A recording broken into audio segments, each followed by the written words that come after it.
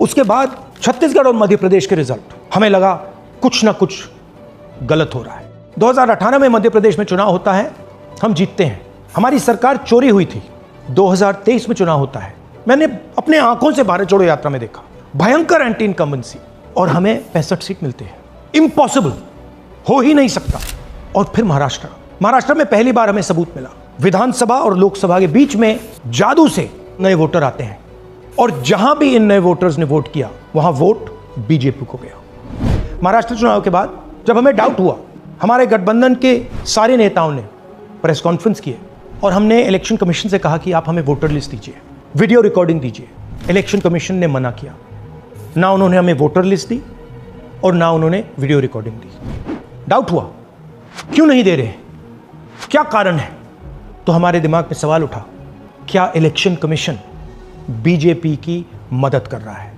क्या election commission ही election को चोरी करवा रहा है? इसके बाद हमने एक टीम सेटअप की और हमने उन्हें कहा कि आप जाइए, एक कंस्टिट्यूएंसी में जाके ढूंढिए, सच्चाई ढूंढिए, किस प्रकार से चीटिंग की जा रही है, किस प्रकार से यह काम किया जा रहा है और कौन कौन इस काम को कर रहे हैं। सबसे महत्वपूर्ण बात यह है कि इलेक्शन कमीशन डिजिटल डेटा नहीं देता है, फिजिकल डेटा देता है। मतलब लाखों कागज में वोटर लिस्ट दे देगा, मगर डिजिटल वोटर लिस्ट किसी को कभी नहीं देता। क्यों नहीं देता? कारण क्या है? कारण है कि अगर डिजिटल डेटा मिल जाए तो इलेक्शन कमीशन की सच्चाई पूरे देश को पता लग जाए। हमने टीम को बताया, मैंडेट दी कि आप जाके चेक कीजिए, आप 5-7 सीटों पे पता लगाइए कि चीटिंग हुई, और अगर हुई तो कैसे हुई। टीम ने हमें एक दिन बताया कि 5-7 सीटों पे काम किया ही नहीं जा सकता। क्यों? मैंने उनसे पूछा क्यों नहीं किया जा सकता? उन्होंने मुझे ये कागज दिखाए। ये जो कागज हैं, ये एक लोकसभा के कागज नहीं है, ये एक विधानसभा के कागज है, और इन कागजों को हमने मैन्युअली सॉर्ट करना पड़ा, और पूरा का पूरा काम जो हुआ है इसमें 6 महीने लगे हैं, और एक असेंबली सीट में हम ये काम कर पाए हैं। क्यों? क्योंकि डिजिटल डेटा नहीं दिया जाता। अगर इलेक्शन कमीशन ने हमें डिजिटल डेटा दिया होता तो हम ये कार्रवाई पूरे देश में, हर लोकसभा में, हर विधानसभा में 15 मिनट में करके दिखा देते। हमारे पास अनलिमिटेड रिसोर्सेज नहीं है, इसलिए हमने ये रिसर्च सिर्फ एक लोकसभा में, एक विधानसभा सीट में की। मगर मुझ में अब पूरा भरोसा है कि ऐसी 100 से ज्यादा सीटें हैं हिंदुस्तान में, जो यहां हुआ है उन सीटों में भी हुआ है। और याद रखिए, अगर बीजेपी को 10-15 सीटें कम आती तो आज नरेंद्र मोदी प्रधानमंत्री नहीं होते, इंडिया गठबंधन की सरकार होती।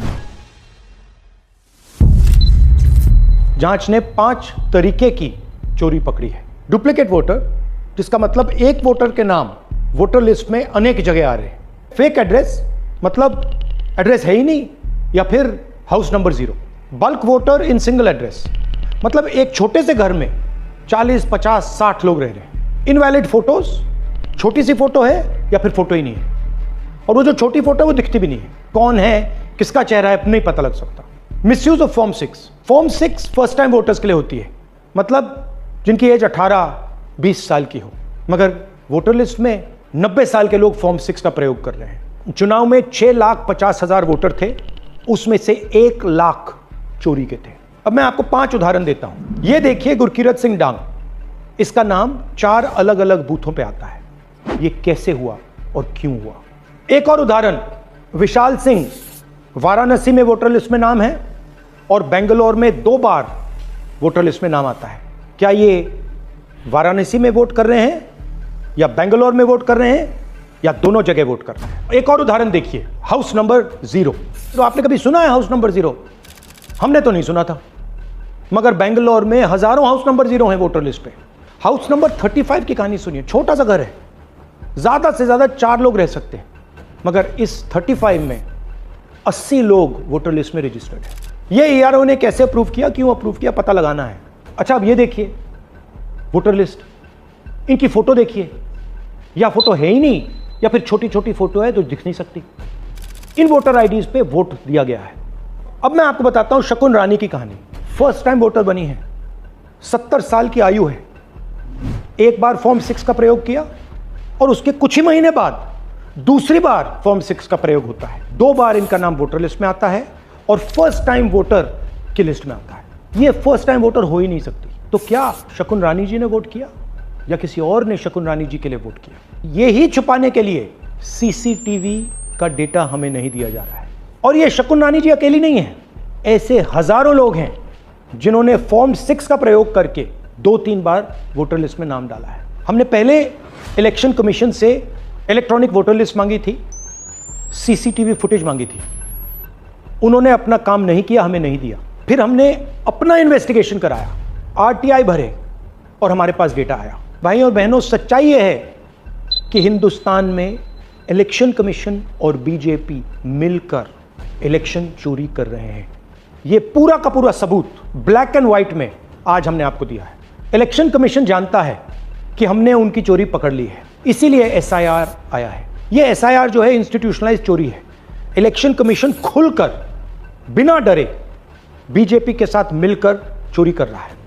और ये जो एसआईआर है, इसका लक्ष्य गरीबों का जो हक है, उनका वोट जो है, उनसे चोरी करने का है।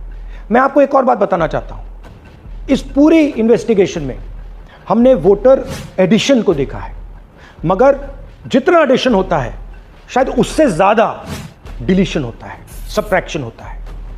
तो ये सिर्फ एक मेन तरीका हमने पकड़ा है, दूसरे तरीके पे हमने इन्वेस्टिगेशन की ही नहीं है। मैं इलेक्शन कमीशन और इलेक्शन के ऑफिसर्स को साफ कह रहा हूं, आप जो कर रहे हो गलत कर रहे हो। ये ट्रीजन है, देश के खिलाफ है। ये मत भूलिए, टाइम आएगा हम आपको पकड़ेंगे, बचने वाले नहीं हो। It is critical that we expose voter चोरी।